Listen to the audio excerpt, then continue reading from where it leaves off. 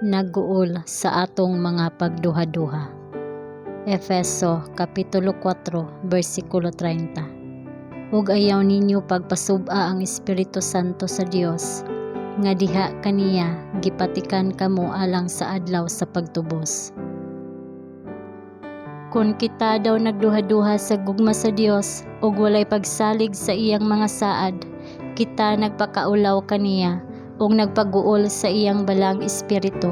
Sa unsang paagi ang atong langitnong Amahan magtagad kanato kung kita dili mosalig sa iyang gugma, nga mitultol kaniya sa paghatag sa iyang bugto nga anak aron kita unta naay kinabuhi. Ang apostol nagsulat, siya nga wala magpagawas sa iyang kaugalingong anak, kundili nagtugyan kaniya alang kanatong tanan. Sa unsang paagi dili usab niya ihatag kanato ang tanang butang uban kaniya.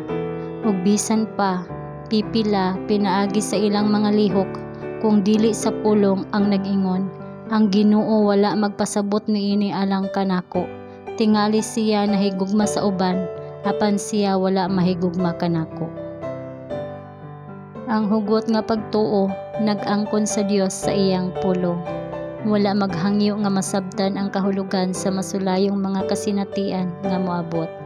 Apan daghan ang adunay gamay nga pagtuo, ug ang mga kalisdanan nga ilang nasugatan, imbis nga magdala kanila ngadto sa Dios, nakapabulag kanila gikan kaniya, pinaagi sa pagpukaw sa kasamok ug pagkadiskontinto.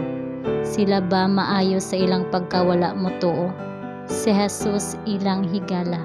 Ang tibok langit interesado sa ilang kaayuhan, ug ang ilang kahadlok ug pagkadiskontinto makapasubo sa balang espiritu. Dili tungod kay atong nakita ug gibati nga ang Dios naminaw kanato mao nga kita motuo. Kita kinahanglan nga mosalig sa iyang mga saad. Kung kita mangayo sa iyang panalangin, kita kinahanglan nga motuo nga kita makadawat niini, ug magpasalamat kaniya nga kita aduna niini.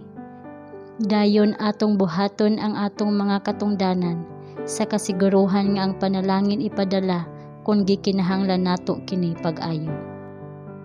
Usa ka seryoso nga butang ang pagpaguol sa balang espiritu, ug kini masubo sa diha nga ang tawhanong ahente nagtinguha sa pagbuhat sa iyang kaugalingon ug nagdumili sa pagsulod sa pag-alagad sa Ginoo, tungod kay ang cross hilabihan kabug-at o ang pagdumili sa kaugalingon hilabihan kadako.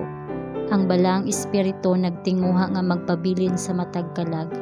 Kung dawaton kini ingog pinasidunggang dinapit, ang makadawat niini mahingpit diha kang Kristo. Naningkamot ba kita sa tibok natong gahom aron makabot ang gidak-on sa mga lalaki ug mga babaye diha kang Kristo? Gipangita ba nato ang iyang kahingpitan nga nagpadayon sa pagduso ngadto sa marka nga gibutang sa atong atubangan, ang kahingpitan sa iyang kinaiya? Sa diha nga ang katawhan sa Ginoo makaabot niini nga marka, sila masiliwhan sa ilang mga agtang. Napuno sa espiritu, sila mahimong kumpleto diha kang Kristo, ug ang tigtala ang anghel mopahayag, natapos na.